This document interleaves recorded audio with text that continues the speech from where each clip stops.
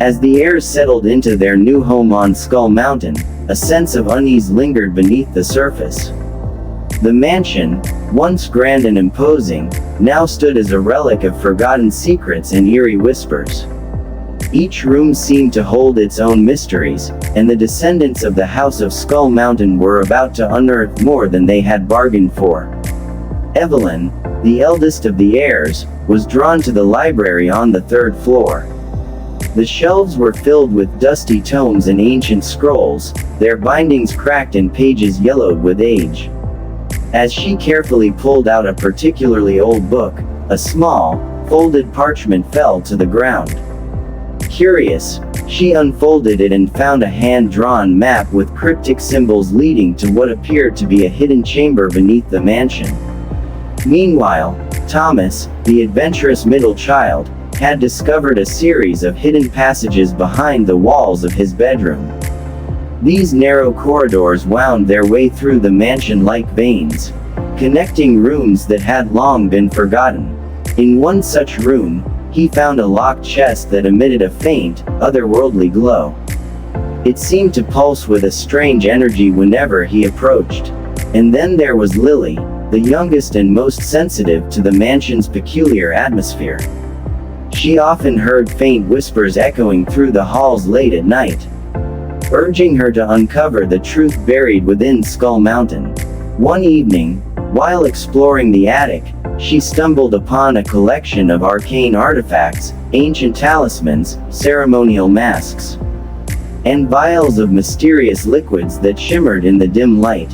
As the days turned into weeks, the siblings began piecing together fragments of their family's dark past. They found journals and letters tucked away in forgotten corners, detailing rituals and ceremonies that spoke of a pact made generations ago. According to the writings, their ancestors had delved into the occult, seeking power and immortality through forbidden means.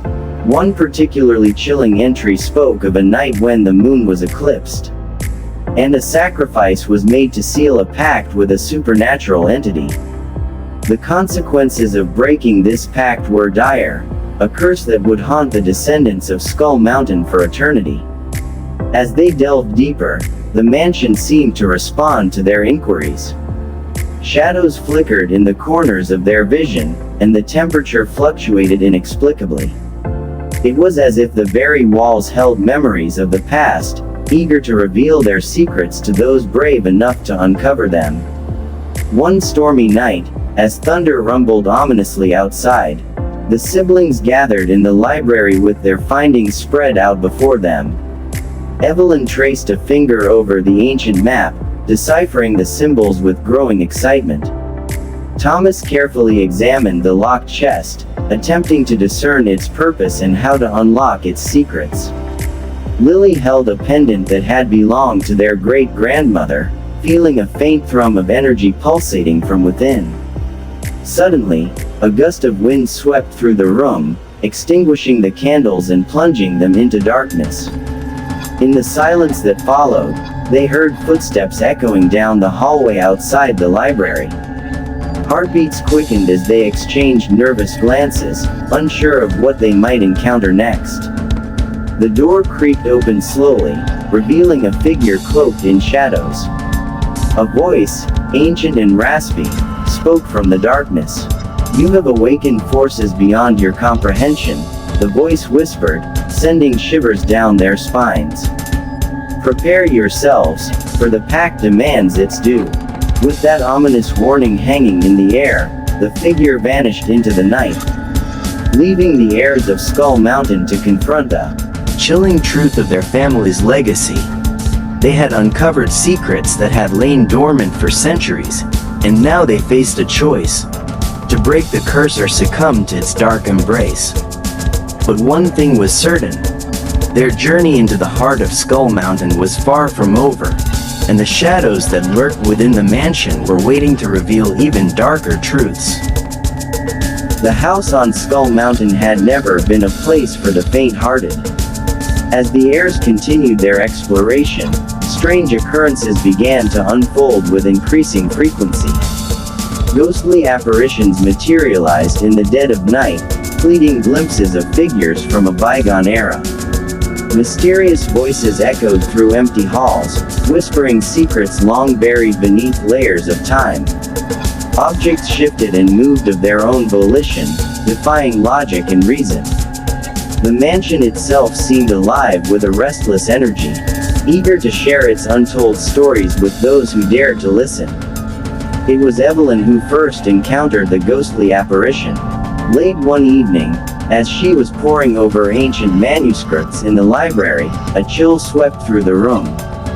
She looked up, expecting to see a draft from an open window, but instead, she saw a shimmering figure materialize before her eyes.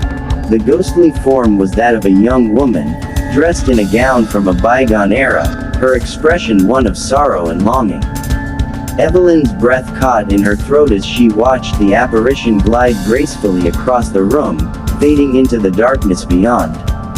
Terrified yet intrigued, Evelyn shared her experience with Thomas and Lily the following morning. Thomas, ever the skeptic, tried to rationalize it as a trick of the light or a product of their overactive imaginations. Lily, however, was convinced that there was more to the mansion than met the eye. She had felt a presence watching over her since they had arrived, a sensation that grew stronger with each passing day. As they continued to uncover clues about their family's occult background, the supernatural occurrences intensified.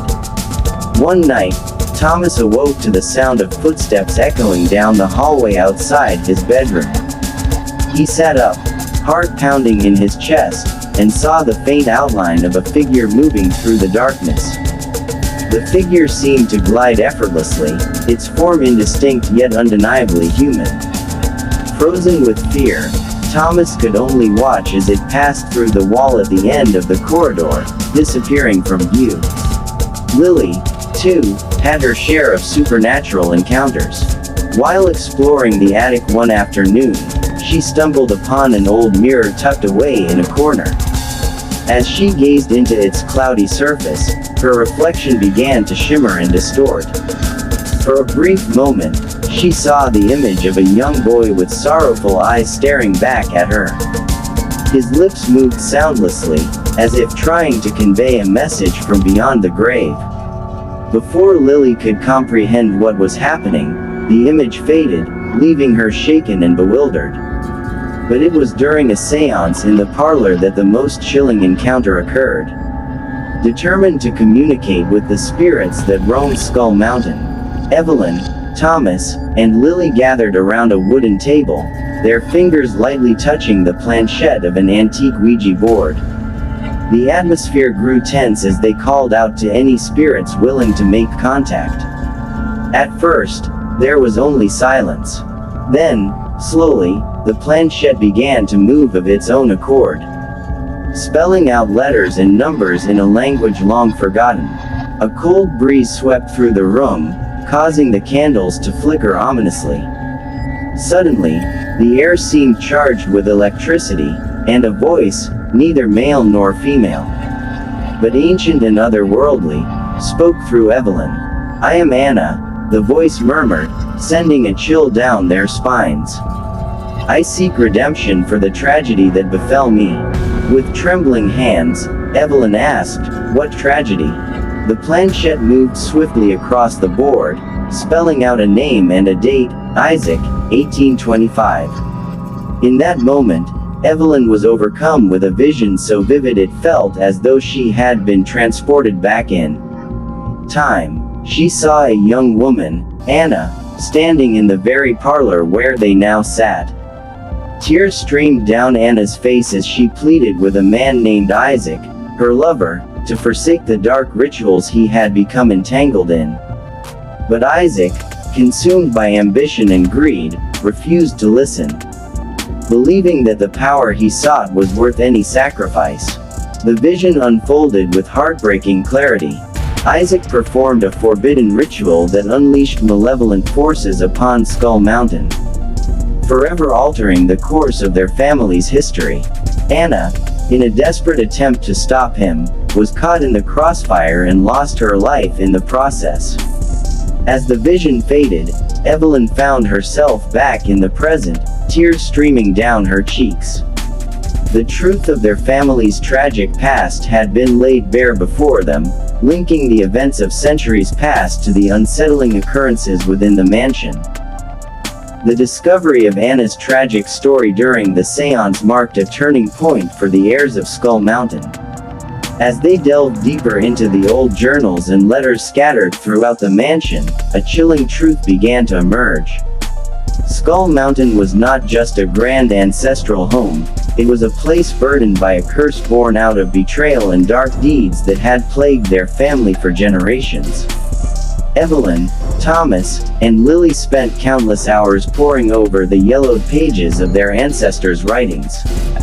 They uncovered accounts of power struggles, forbidden alliances, and ultimately, a betrayal that shattered the fragile peace of Skull Mountain.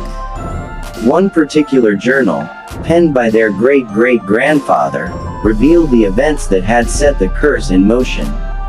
According to the journal, centuries ago, their ancestor, Lord Edward Blackwood, had made a pact with a powerful entity in exchange for wealth and influence. The pact required a sacrifice, the life of an innocent, to seal the deal. Edward, driven by ambition and blinded by greed, chose Anna, his own daughter, as the unwitting victim. With the help of his loyal confidant, Isaac, he orchestrated a ritual that unleashed dark forces upon Skull Mountain. However, Isaac had secretly loved Anna and had only agreed to assist Edward in hopes of protecting her. When he realized the true extent of Edward's treachery, Isaac attempted to intervene, but it was too late. The ritual went awry, claiming Anna's life and binding her spirit to Skull Mountain in eternal torment. The curse, fueled by betrayal and unjust sacrifice, had since plagued every generation of the Blackwood family. It manifested in inexplicable tragedies, untimely deaths, and the restless spirits that haunted the halls of the mansion. Each heir had borne the weight of their ancestors' sins, unknowingly perpetuating the cycle of suffering. As the siblings pieced together the fragmented history of their family, they realized that the curse was seeking retribution. It hungered for justice, a reckoning that could only come from uncovering the truth and confronting the malevolent force that lurked within Skull Mountain. Driven by a newfound determination, Evelyn proposed a plan. They would perform a ritual of purification, seeking to cleanse Skull Mountain of its dark legacy and release Anna's spirit from its tortured existence. But first, they needed to gather the necessary artifacts and knowledge hidden within the mansion's depths. Their search led them to hidden chambers and forgotten alcoves, where they unearthed ancient relics and arcane texts. They found talismans imbued with protective magic, scrolls containing incantations that promised salvation, and fragments of a broken mirror that held glimpses into the realm of the supernatural. Each discovery brought them closer to understanding the rituals that had bound their family to the curse for centuries. One stormy night, as they prepared for the ritual in the parlor where Anna had appeared to them, they felt the mansion itself stir with anticipation. Shadows danced along the walls, and whispers echoed through the air, urging them onward. Evelyn lit candles arranged in a circle around the room, their flickering flames casting eerie shadows upon the faces of her siblings. "We must recite the incantation together," Evelyn said, her voice steady despite the weight of their task. "Only by confronting the truth and seeking forgiveness can we break the curse that has plagued our family for so long." Thomas nodded solemnly, his eyes fixed on the ancient tome open before them. Lily clutched the pendant that had once belonged to Anna, feeling its faint pulse of energy resonate with her own heartbeat. Together, they began to chant the words that had been passed down through generations, their voices blending into a harmonious invocation. As they spoke, a palpable tension filled the room. The temperature dropped, and the air hummed with an electric charge. Shadows coalesced into swirling vortexes of darkness, and the candles burned with an intensity that seemed to defy natural laws. Suddenly, a presence made itself known, the malevolent force that had tormented Skull Mountain for centuries. "You dare to challenge me?" A voice boomed, echoing through the parlor with a fury that shook the very foundations of the mansion. "You cannot escape your fate, descendants of Edward Blackwood." But Evelyn, undeterred, continued the incantation with unwavering resolve. With each verse, the room pulsed with a blinding light that pushed back against the encroaching darkness. The siblings felt a surge of energy coursing through them, strengthening their resolve and bolstering their determination to end the curse once and for all. In a final crescendo of power, they spoke the name that had haunted Skull Mountain for centuries: "Anna, we seek your forgiveness and release from this eternal torment." At that moment, a brilliant flash of light engulfed the parlor, blinding them momentarily. When their vision cleared, they found themselves standing in silence, surrounded by a sense of peace they had never known within the mansion's walls. The malevolent presence had dissipated, leaving only a lingering echo of its former intensity. As dawn broke over Skull Mountain, Evelyn, Thomas, and Lily stood together on the balcony overlooking the sprawling estate. The air was crisp and clear, a stark contrast to the darkness that had once clouded their family's legacy. They knew that the curse had been broken, and Anna's spirit had finally found peace. "It's over," Thomas murmured, his voice filled with awe and relief. "But we must never forget," Evelyn replied solemnly. "Our ancestors' mistakes taught us a valuable lesson: the pursuit of power at any cost only leads to ruin." Lily nodded in agreement, her gaze fixed on the horizon where the first rays of sunlight painted the sky in hues of gold and pink.